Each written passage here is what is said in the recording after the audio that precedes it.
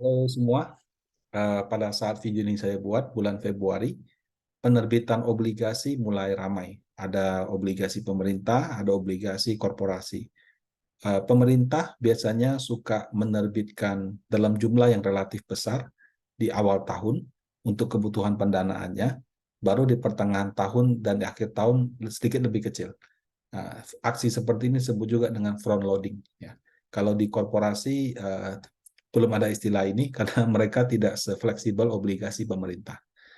Nah, untuk dalam hal fleksibilitas, sebenarnya juga ada terobosan peraturan, yaitu obligasi yang biasanya dan obligasi berkelanjutan. Bedanya seperti apa? Jadi saya langsung pakai contoh kasus ya. Ini saya ambil dari Custodian Central Efek Indonesia, KSEI. Itu ada obligasi Angkasa Pura. Ya, Angkasa Pura kita tahu tuh bandara, Bapak Ibu. AP1 itu Angkasa Pura 1. Jadi kalau di Indonesia setahu saya Angkasa Puranya ada Angkasa Pura 1, Angkasa Pura 2. Kalau satu tuh kalau nggak salah ya, wilayah Indonesia Timur dan Indonesia Tengah. Kalau Indonesia Barat tuh Angkasa Pura 2. Jadi kalau yang tinggal di Jakarta ke Bandara Soekarno-Hatta itu AP2. Tapi kalau misalkan Anda ke Makassar, ke Sulawesi, ke Bali, itu AP1. Nah, di sini disebutkan obligasi berkelanjutan 1 Angkasa Pura 1. Obligasi 1 Angkasa Pura 1. Jadi tidak ada kata berkelanjutannya. Ya. Apakah ini artinya perusahaan yang berbeda? Tidak. Ini perusahaan yang sama. Cuman yang satu ada kata berkelanjutan, satu lagi enggak. Nah, penerbitan obligasi itu sama seperti IPO saham Bapak Ibu. Jadi IPO itu initial public offering, obligasi juga sama, initial public offering. Kalau bahasa Indonesianya penawaran umum perdana. Jadi kalau saham ditawarkan melalui penawaran umum perdana saham, obligasi juga pertama kali ditawarkan melalui penawaran umum perdana obligasi. Nah, kalau saham berarti perusahaan jual kepemilikannya, masyarakat menjadi pemegang saham. Kalau obligasi, perusahaan minjem uang sama masyarakat. Ya. Nah, prosesnya tadi saya sebut penawaran umum ya. Nah, untuk bisa meng-IPO-kan penawaran obligasi, sebenarnya sama kayak saham, prosesnya itu tidak sedikit Bapak Ibu. Jadi pertama-tama dia itu harus diperingkat oleh perusahaan pemeringkat efek yang mendapat izin dari OJK. Saat ini setahu saya sudah ada 5 Bapak Ibu. Nah, yang terkenal itu Pevindo. Tapi juga ada Moody's, ada 3 perusahaan lagi, saya lupa namanya. Tapi itu semua sudah mendapat izin daripada OJK. Nah, proses pemeringkatan Pevindo ini saya sih pernah ngobrol ya. Jadi misalkan Anda perusahaan, Anda bilang, Pak, saya butuh dana, Pak. Berapa? Misalnya 500 miliar, 300 miliar, 1 triliun. Oke, terus kita bikin bisnis plan. Saya mau pinjam sekian, kemudian saya pinjam sekian kan harus dikembalikan dong. Bisa dikembalikan berapa tahun? 3 tahun, 5 tahun, 7 tahun. Apakah dari bisnisnya yang menghasilkan atau nanti ada pinjaman bank untuk menutupin itu. Nah, kita harus buat planningnya. Jadi misalkan terima obligasi, jadi laporan keuangan tanpa obligasi seperti apa. Kemudian dengan adanya obligasi kita ketambahan proyek baru, berarti ada income tambahan. Pada saat yang sama ada beban bunga tambahan. Nah, kita harus bikin proyeksinya. Proyeksinya itu harus sedemikian rupa sehingga kita bisa membayar obligasi tersebut pada saat dia jatuh tempo. Nah, berdasarkan proyeksi yang kita buat, kemudian Pevindo juga akan datang ke perusahaan, dia akan interview manajemennya, dia akan lihat laporan keuangannya, mungkin dia juga ngobrol-ngobrol dengan vendornya dan lain-lain. Nanti mereka akan mengeluarkan hasilnya. Oh, ini perusahaan ratingnya bagus, triple A. Oh, ini perusahaan oke, double A. Ini perusahaan oke lah, nggak luar biasa sekali, tapi juga ada jelek-jelek amat, single A. Oh, ini perusahaan pas-pasan nih, bisa bayar tapi ngepas banget, triple B. Atau ini perusahaan saya ragu dia bisa bayar apa enggak, double B. Oh, ini perusahaan alamat gagal bayar nih, single B, atau bukan pasti gagal bayar ya, tapi kemungkinan gagal bayarnya tinggi, mungkin single B, CCC, atau dan seterusnya. Jadi mereka akan memberikan semacam peringkat. Nah, peringkat inilah salah satu syarat utama karena untuk daftar ke OJK Anda butuh itu. Kemudian untuk menawarkan ke masyarakat, kan tidak semua orang mengerti bisnis kita. Jadi yang dilihat tuh hasil rating salah satunya gitu. Nah, jadi setelah dapat rating, baru proses administrasi ke konsultan hukum lah, notaris lah, segala macam, daftarkan ke OJK. Nah, proses untuk mendapatkan rating, administrasi, pendaftaran ke OJK itu tergantung ya. Kalau perusahaannya sudah berpengalaman, mungkin beberapa bulan sudah selesai. Kalau perusahaannya pertama kali, mungkin bisa 1 tahunan. Bahkan saya juga pernah menemui ada perusahaan yang sengaja meng-hire atau mempekerjakan CEO mungkin chief investment officer atau chief financial officer atau manajer keuangan senior dari tempat lain ditaruh di situ untuk memuluskan proses ini gitu ya. Nah, jadi ini kurang lebih proses pengajuannya. Bisa beberapa bulan, bisa juga 1 tahunan lebih. Nah, setelah dapat persetujuan OJK atau kurang lebih sudah hampir pasti dapat, biasanya sudah mulai proses penawaran ke masyarakat. Jadi dari proses di atas tadi, biasanya perusahaan dibantu oleh sekuritas yang menjadi underwriter. Kalau di luar negeri, bahasa kerennya investment banking. Jadi dia membantu perusahaan untuk setup sampai dengan dia ke Pevindo, OJK, dan lain-lain. Nah, kalau sudah hampir-hampir mau keluar ratingnya, nah barulah mereka gerilya ke investor-investor. Ini mau terbitin obligasi nih, ratingnya kira-kira segini. Kalau kuponnya segini mau nggak? Gitu ya. Jadi sekuritas sudah akan gerilya. Mereka akan keliling-keliling ke investor institusi, ke reksadana, ke asuransi, ke dana pensiun, ke yayasan, dan mungkin juga kalau yang basis kliennya banyak, dia tawarkan ke investor perorangan.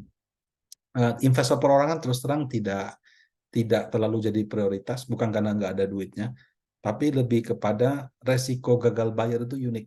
Jadi kalau misalkan dia tawarkan ke institusi, biasanya nominalnya juga besar, dan mereka memiliki pemahaman atas resiko yang baik. Sementara kalau kita tawarkan ke investor perorangan, ya tidak semua investor perorangan mampu menerima resiko dengan baik gitu. Ya, jadi kadang-kadang dilihat cuma returnnya. Padahal kalau nanti ada masalah, ngakunya nggak pernah baca sama sekali gitu.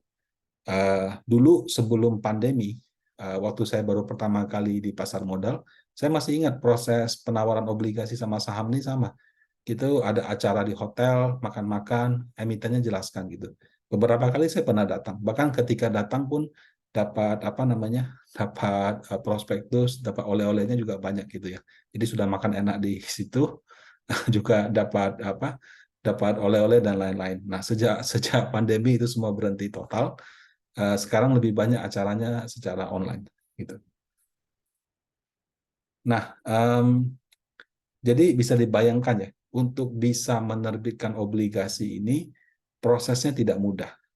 Dengan semua proses di atas, itu juga tidak garansi perusahaannya itu akan laku. Jadi kalau misalkan ratingnya ngepas, pas-pasan, bisa aja nggak laku di market. Ya. Atau ratingnya oke, tapi sektor itu mungkin sedang namanya kurang baik. Misalnya dulu sempat sekali perusahaan multi-finance gara-gara ada 1-2 gagal bayar, perusahaan multifinance secara umum kesulitan mendapatkan pendanaan karena orang khawatir, wah kalau sana bisa gagal bayar ini bisa kena nggak? Itu dulu sebelum pandemi gitu ya. Kemudian bisa juga kadang-kadang reputasi perusahaan itu sendiri. Bisa saja dia pertama kali terbitkan sehingga orang kurang begitu percaya. Atau dia mungkin namanya kurang bagus di masyarakat atau di lingkungan krediturnya. Jadi ketika dia terbitkan obligasi, ya beberapa orang tidak nyaman dengan nama tersebut. Nah, apa namanya? Jadi prosesnya tidak mudah ya. Jadi dari administrasi pengajuannya, setelah dapat izinnya, menjual ke masyarakat itu juga itu masalah gitu. Dan apakah dijamin pasti nggak gagal bayar? Belum tentu juga. Ratingnya bagus sekalipun kalau ada situasi atau manajemen yang nggak bagus gitu, atau situasi seperti pandemi yang signifikan, bisa juga dia gulung tikar gitu.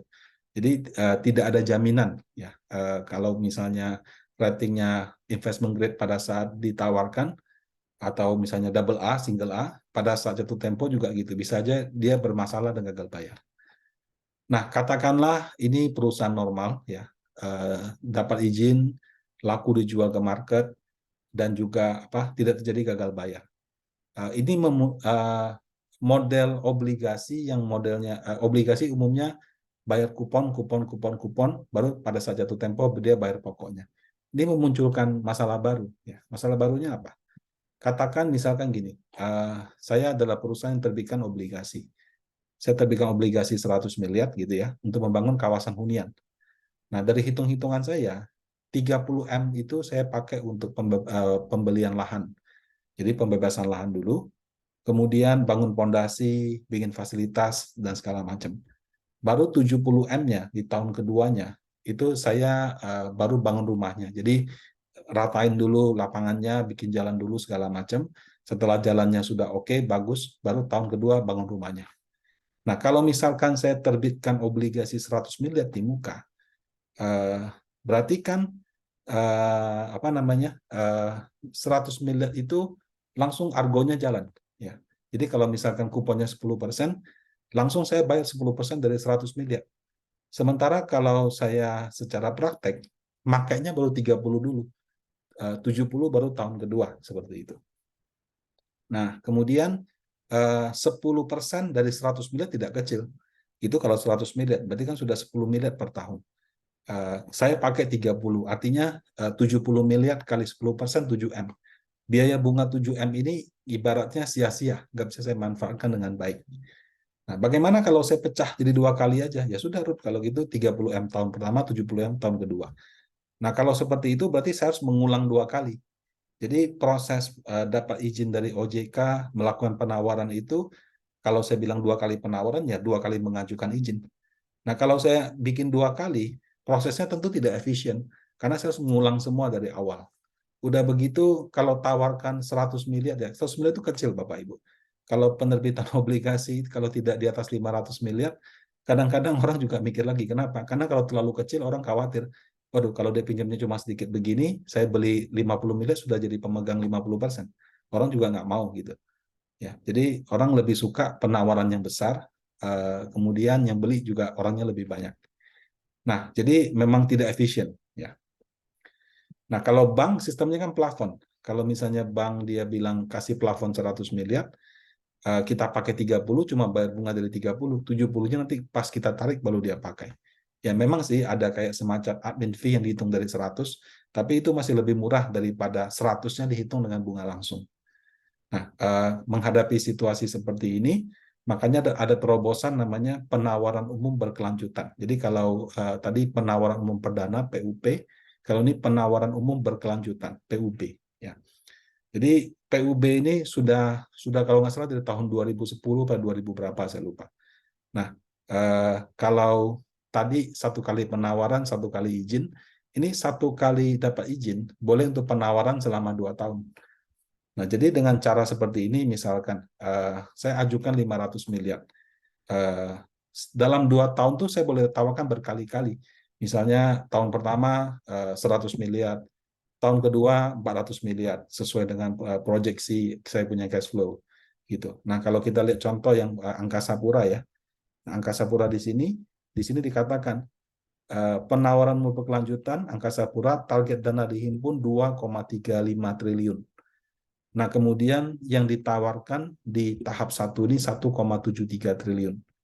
Nah, artinya kalau dia butuhnya 2,35, tapi di tahun pertama baru membutuhkan 1,7, cukup terbitkan 1,7 aja, tidak usah sekaligus 2,3. Nah, ini yang konvensional, yang syariah juga sama. Syariah butuhnya 1,5, ditawarkan itu awalnya 1 triliun dulu. Nah, jadi dengan cara seperti ini, perusahaan bisa menyesuaikan cash flow-nya. Kadang-kadang juga ini Bapak Ibu, aspek pemasaran juga. Katakan saya tidak punya masalah cash flow, tapi butuh dana 3 triliun. Kadang-kadang 3 triliun itu, apalagi kayak contoh Angkasa Pura ya, waktu sedang COVID itu terus terang cukup sulit mendapatkan pendanaan. Kenapa? Orang lihat pesawat semua di mana-mana nggak terbang. Kemudian bandara juga sepi. Nah, jadi menimbulkan semacam kekhawatiran, waduh, kalau seperti ini bagaimana gitu kan? Nah, jadi kadang-kadang ada waktu-waktu ya, seperti kayak pandemi yang lalu, ada sektor-sektor yang cukup sulit mendapatkan pendanaan. Sehingga kalau dia butuh katakan sekian triliun, Bisa saja dalam penawaran pertama nggak habis. Nah, kalau seperti itu, dia mungkin harus menawarkan beberapa kali, baru kebutuhan dananya tercukupi. Nah, jadi penawaran penawaran umum berkelanjutan selain untuk sesuai cash flow, juga tergantung pada kemampuan daripada emiten dan underwriter-nya mengumpulkan dana dari masyarakat. Nah, besaran kuponnya juga bisa disesuaikan. Misalkan pada tahun pertama dia terbitkan BI rate-nya masih tinggi, jadi dia tawarkan kupon 8%. Tahun berikutnya, oh ternyata BI rate-nya sudah mulai turun, jadi kuponnya bisa turun 0,5%. Nah, jadi dari sisi itu juga cukup fleksibel, gitu ya. Bagaimana dengan resiko gagal bayarnya? Kalau resiko gagal bayar pada dasarnya sama, mau obligasi ataupun obligasi berkelanjutan, kalau gagal bayar ya gagal bayar aja. Jadi tidak ada istilah kalau dia berkelanjutan lebih aman atau tidak gitu. Soal jaminan, soal apa biasanya pada umumnya sama ya. Jadi kurang lebih seperti itu penawaran umum berkelanjutan. Jadi kalau misalnya kita dapat penawaran obligasi korporasi ada kata berkelanjutannya, jangan terlalu kaget ya karena itu istilah untuk suatu penawaran umum yang bisa ditawarkan terus-menerus selama 2 tahun. Semoga membantu Bapak Ibu lebih memahami tentang obligasi. Semoga hari Anda menyenangkan. Terima kasih.